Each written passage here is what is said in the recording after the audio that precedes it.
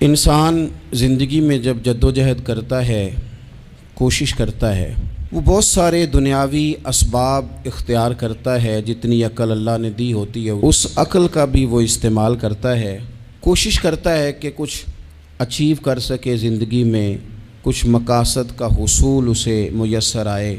عزیز بھائیوں، ایک بات اپنے ذہن میں اچھی طرح بٹھا لیں اور لکھ لیں کہ زندگی میں جو کسی بندے کو کامیابی حاصل ہوتی ہے وہ رب تعالیٰ کی مدد سے حاصل ہوتی ہے۔ اگر رب تعالیٰ مددگار ہو تو پھر کوئی چیز بھی رستے میں رکاوٹ نہیں بنتی، اور اگر مالک کریم کو منظور نہ ہو تو انسان بہترین سیاستدان ہو، اچھا ایڈمنسٹریٹر ہو، اس کا ذہن بڑی وسعت رکھتا ہو، بڑی اچھی پلاننگ کرنا جانتا ہو، سارا کچھ ہو، تو بندہ ناکام ہو جاتا ہے۔ مسلمانوں کو جتنی کامیابیاں ملیں ان کا پس منظر صرف اتنا تھا کہ اللہ تبارک و تعالیٰ نے اپنے بندوں کی مدد فرمائی، اور اب تعالیٰ نے قرآن مجید میں اس حقیقت کا بیان کیا، فرمایا بل اللہ مولاکم، فرمایا بلکہ اللہ تمہارا مولا ہے، وَهُوَ خَيْرُ النَّاصِرِينَ، اور وہ بہترین مددگار ہے۔ وہ جو رب تمہارا مولا ہے وہ بہترین مددگار ہے، اور اگر وہ مدد کرے تمہاری، سورہ آل عمران میں آگے جا کے ارشاد فرمایا اگر اللہ مدد کرے تو پھر تم پر کوئی غالب نہیں آ سکتا، اور اگر وہ تمہاری مدد چھوڑ دے تو پھر کوئی تمہاری مدد کر سکتا، کوئی مدد نہیں کر سکتا۔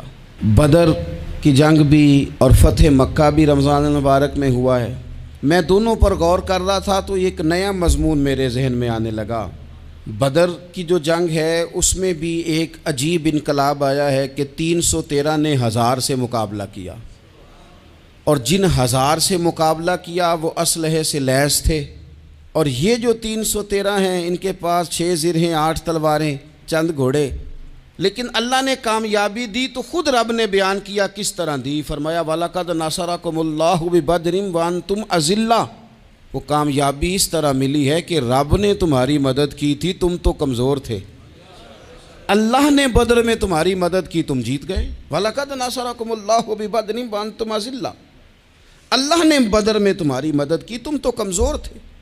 پھر فتح مکہ نصیب ہوئی تو اس میں بھی بہترین منصوبہ بندی نبی پاک علیہ السلام نے فرمائی، بہترین حکمت عملی حضور نے اپنائی، لیکن ہمیں جو اللہ رسول نے بات سمجھائی وہ کیا ہے؟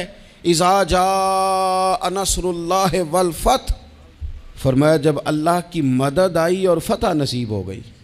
یہ اللہ نے مدد فرمائی تمہاری، یہاں بھی فتح مکہ بھی اللہ کی مدد سے، جنگ بدر بھی اللہ کی مدد سے۔ وہ جو مدد ہے اللہ تعالیٰ کی، جب وہ ہم یہ کرتے ہیں کہ ہم اپنی ساری زندگی سیاست کی نظر کر دیں۔ ہماری سیاست صرف ملک میں نہیں ہوتی، ہماری سیاست خاندان میں بھی ہوتی ہے، ہم گھر کے اندر بھی سیاست کرتے ہیں، ہم کسی خاص طریقے سے لوگوں کو اپنے پیچھے چلانا چاہتے ہیں، ہم ایک خاص اسلوب اختیار کرتے ہیں کہ لوگ ہمارے پیچھے چلیں۔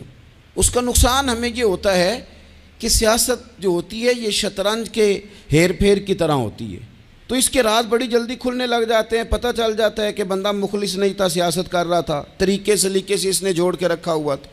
ہم ہر جگہ سیاست کے بل بوتے پر چیزوں کو لے کے چلنا چاہتے ہیں، سیاستیں ناکام ہو جاتی ہیں، سیانے لوگ فیل ہو جاتے ہیں، بچتا صرف وہی ہے جس کے پیچھے رب تعالیٰ کی مدد شامل حال ہوتی ہے۔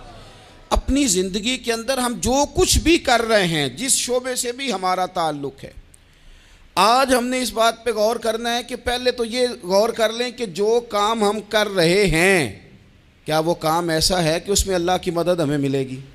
اگر آپ کوئی معاذ اللہ ناجائز کام کر رہے ہیں، فعل حرام کا ارتکاب کر رہے ہیں، تو اس میں تو مدد الہی آئے گی نہیں۔ پہلے تو یہ دیکھیں جو کر رہے ہیں وہ کام مدد الہی والا ہے، اور اگر اللہ تعالیٰ کی مدد والا وہ کام ہے پھر اس پر غور کریں کہ کیا ہم نے مالک سے مدد کا سوال کیا ہے، ہمیں مدد میسر آ رہی ہے۔ وہ میں نے بزرگوں سے ایک بات سنی تھی، وہ بڑی یاد رہ گئی۔ وہ فرمایا کرتے تھے قابلیت بھی بڑی چیز ہے لیکن قبولیت سب سے بڑی چیز ہے۔ قابل ہونا بھی بڑی بات ہے لیکن زیادہ بڑی بات یہ ہے کہ اس کی بارگاہ میں قبول بھی ہے کہ نہیں۔ اپنی زندگی میں اللہ کی مدد کی طرف بڑھیں، مالک کی مدد کا حصول اختیار کرنے کی کوشش کریں، اللہ کے ساتھ اپنے آپ کو جوڑیں۔ اگر اللہ کی مدد نصیب ہو، یہ جو ہم جتنا ڈرتے رہتے ہیں، سہمے رہتے ہیں، پریشان رہتے ہیں کوئی کیا کر دے گا، ہمارے ہاں نا ہر شعبے میں معاذ اللہ ایک مافیا ہے، الا ماشاء اللہ۔ وہ مافیا کہتا ہے میرے ساتھ ملو گے تو میں چلنے دوں گا، ورنہ میں نہیں چلنے دوں گا، مارکیٹ میں آ ہی نہیں سکتا فلانا بندہ، چونکہ یہاں ہمارا قبضہ ہے۔ اور میرے بھائی پھر بہت سارے لوگ جن کی نیتیں اور ارادے بڑے اچھے ہوتے ہیں شروع میں، وہ بھی اس مافیا کا شکار ہو جاتے ہیں اور ان کے رنگ میں رنگ جاتے ہیں۔ یاد رکھنا، کسی شخص کی بلیک میلنگ کا کبھی شکار نہ ہونا، کبھی کسی کی میٹھی اور مسجع مکفہ باتوں کا شکار نہ ہونا۔ کوئی کیا کر سکتا ہے اگر اللہ مددگار ہو تو؟ جس کو رب کریم اٹھانا چاہے اسے کوئی گرا سکتا ہے؟ ہم یہ ڈرے ڈرے سہمے پریشان فیصلہ کرنے کی طاقت نہیں، مجھے چلنا چاہیے کہ نہیں، اٹھنا چاہیے کہ نہیں، کرنا چاہیے، اٹھ باندھ کمر کیوں ڈرتا ہے؟ پھر دیکھ خدا کیا کرتا ہے۔ حضرت عبداللہ ابن عباس فرماتے ہیں میرے نبی پاک علیہ السلام نے میری تربیت فرمائی، حضور نے میری تربیت فرمائی، اور محبوب پاک علیہ السلام نے فرمایا عبداللہ یاد رکھنا، یہ نوجوان دوست میری بات لکھ لیں، پریشان لوگ میری بات لکھ لیں، جن کے پاس قوت فیصلہ نہیں وہ اس بات کو لکھ لیں۔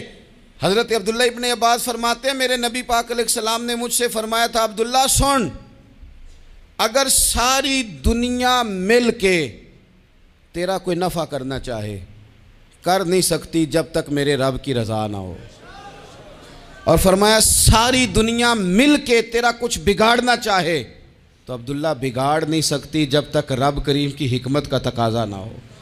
لوگوں سے ڈرنا، لوگوں کی طرف دیکھنا، ماحول دیکھ کے اپنے راہ کا تعین کرنا، ہر بندے کے خیالات کے مطابق ڈھلنے کی کوشش کرنا، فلانا نہ ناراض ہو جائے، فلانا نہ ناراض ہو جائے، وہ جس نے ہونا ہو جائے، بس رب رسول ناراض نہ ہو۔ اپنی زندگی میں اپنے مالک کو مولا جان کے، بل اللہ مولاکم، اللہ تمہارا مولا ہے، وَهُوَ خَيْرُ النَّاصِرِينَ، وہ بہترین مددگار ہے۔ توجہ جب بھی کریں رب کی جانب کریں، اپنے دل کا قبلہ درست رکھیں، سوچوں کے زاویے سیدھے رکھیں۔ میرے بھائی مالک جب بندوبست کر دے نا، جب مالک بندوبست کر دے پھر ایسا بندوبست کرتا ہے کہ لوگوں کے پاس نا چارہ نہیں رہتا۔ حضرت مریم رضی اللہ تعالی عنہا پاک باز تھیں، مسجد میں رہی تھیں، پر مالک کی حکمت کے تقاضے بڑے عجیب ہیں نا۔ پھر جناب مریم کو اللہ تعالیٰ نے بغیر شوہر کے اولاد عطا کر دی۔ یہ بات ہی ایسی تھی، وہ کسی نے کہا تھا کہ مخلوق تو فنکار ہے اس درجہ کے پل بھر میں سنگے در کعبہ سے بھی اصنام تراشے، تم کون ہو کیا چیز ہے داغ کبابی، لوگوں نے تو مریم پہ بھی الزام تراشے۔ تو لوگوں نے کہا کدھر سے لے آئی بچہ، تیرا باپ تو ایسا نہیں تھا، کہاں سے لے آئی؟ اللہ کرے میں آپ کو سمجھا سکوں، ذرا اپنے آپ کو وہاں کھڑا کریں کہ ایک پاک باز عورت، پاک باپ کی بیٹی، طیب ماں کی بیٹی، اور اللہ کے گھر میں پرورش پانے والی خاتون، ایک وہ وقت اور ایک یہ وقت کہ اس عورت کو کٹہرے میں کھڑا کر کے پوچھا جا رہا ہے کہ معاذ اللہ تیری گود میں بچہ جائز نہیں ہے، کہاں سے لائی ہے؟ اب خود سے صفائیاں بندہ کتنی کو دے، کتنی کو وضاحتیں کرے۔ اور میں نے تو اپنی زندگی میں دیکھا ہے زیادہ وضاحت دینے والے کو بھی لوگ جھوٹا سمجھنے لگ جاتے ہیں، زیادہ وضاحت دینے پر بھی لوگ کمزوری کا اظہار سمجھتے ہیں کہ کمزور پڑ گیا۔ آپ صلح کی کوشش کرتے ہیں، سامنے والا بزدل سمجھ لیتا ہے، زیادہ وضاحتیں بھی کمزور کر دیتی ہیں۔ اب حضرت مریم کو کٹہرے میں کھڑا کر کے کہا بچہ کس کا ہے؟ تو پھر خدا بندوبست جب کرے، اللہ جب مددگار ہو، تو پھر حضرت مریم کی گواہی درختوں سے نہیں دلوائی، اس نے پتوں سے نہیں دلوائی، پھر فرشتے نہیں بھیجے۔ حضرت مریم کہنے لگی مجھ سے نہ پوچھو، وہ جو پنگوڑے میں ہے اسی سے پوچھ لو، ان سے پوچھو نا، وہ کون ہے پوچھ لو، ان سے کر لو سوال۔ انہوں نے کہا پنگوڑے میں چند دنوں کا بچہ یہ جواب دے گا؟ مددگار تھا رب، ان کی برات کا اعلان کرنا تھا مالک نے، اور جب مالک اعلان کر دے، جب مالک تیری صفائی دینا چاہے، جب مالک تجھے دنیا کے سامنے نکھارنا چاہے، تو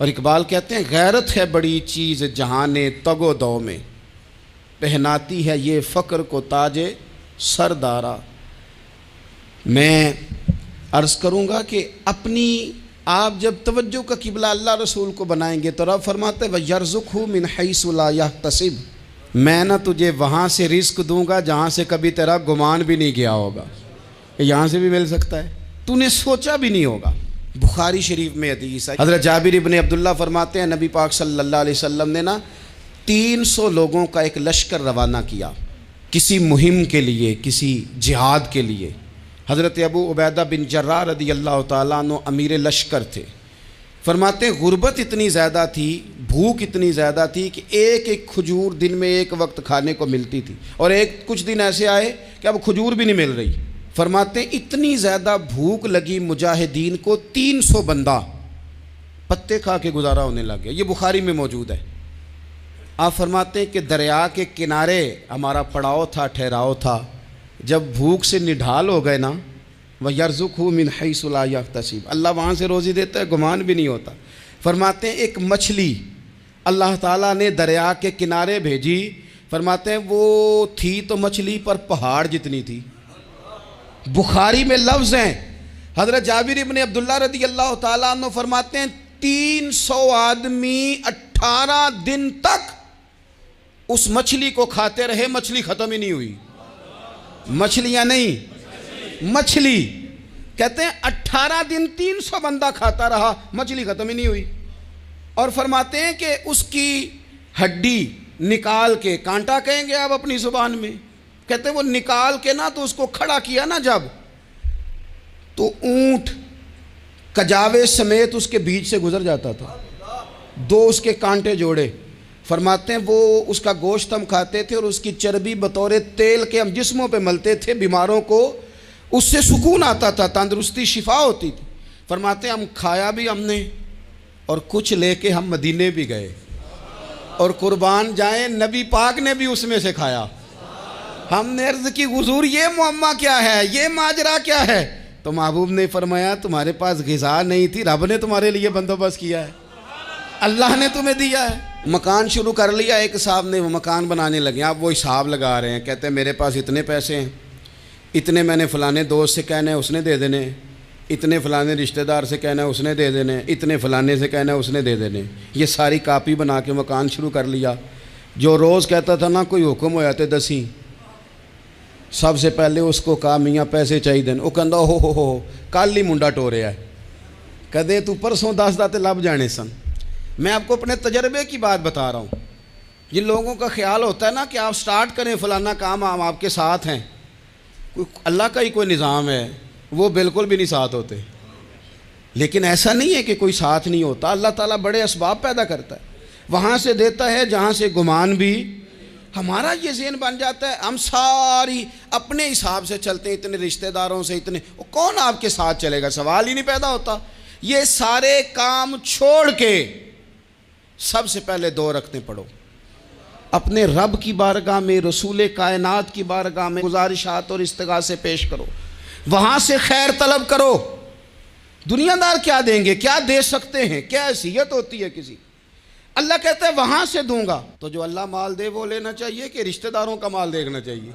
جو اللہ دے وہ لینا چاہیے کہ سیٹھوں نوابوں کی جیبیں دیکھنی چاہیے؟ جو اللہ دے وہ قبول کرنا چاہیے یا دیکھنا چاہیے کون سا آدمی کہاں پہنچ گیا؟ چھوڑو، اپنی مٹی پہ چلنے کا سلیقہ سیکھو۔ کسی کے سنگ مرمر پہ چلو گے تو پھسل جاؤ گے، پھسل جا۔ اس پر ایک اور بات عرض کر دوں، صحیح بخاری سے، مسلم سے ایک اور بات۔ کچھ چیزیں ایسی ہیں جن سے اللہ کی مدد آتی ہے، مدد ملتی ہے۔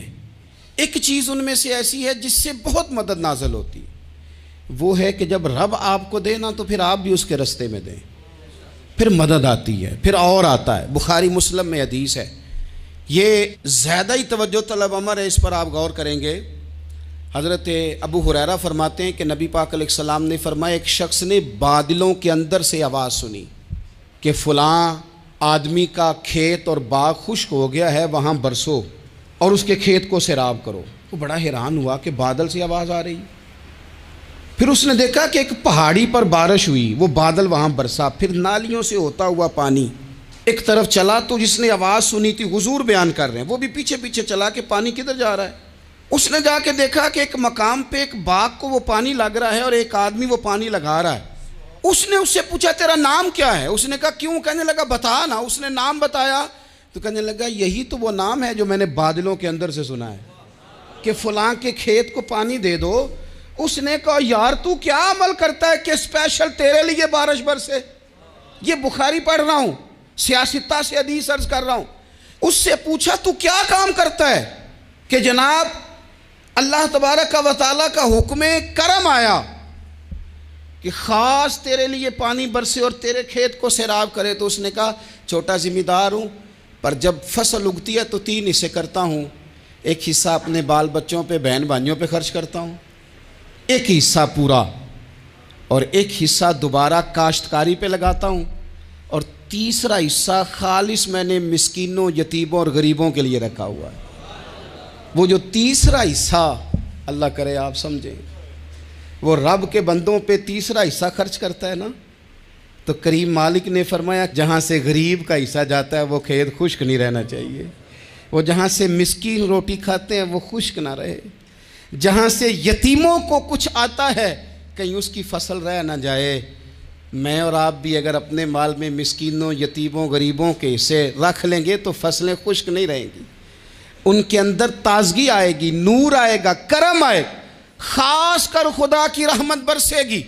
مدد اللہ سے چاہیں، اپنی توجہات کا مرکز رب رسول کی ذات کو بنائیں، پھر آپ محسوس کریں گے کہ بڑی جلدی اللہ تعالیٰ کی مدد آنے لگی ہے۔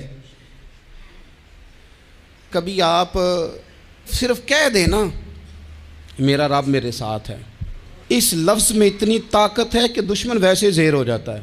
زندگی میں کسی سے بھی لڑائی ہو تو اچھی طرح سوچ لیں کہ اللہ اس طرف ہے یا اس طرف ہے۔ اگر آپ زیادتی پہ ہیں تو پھر رب مظلوم کی جانب ہے۔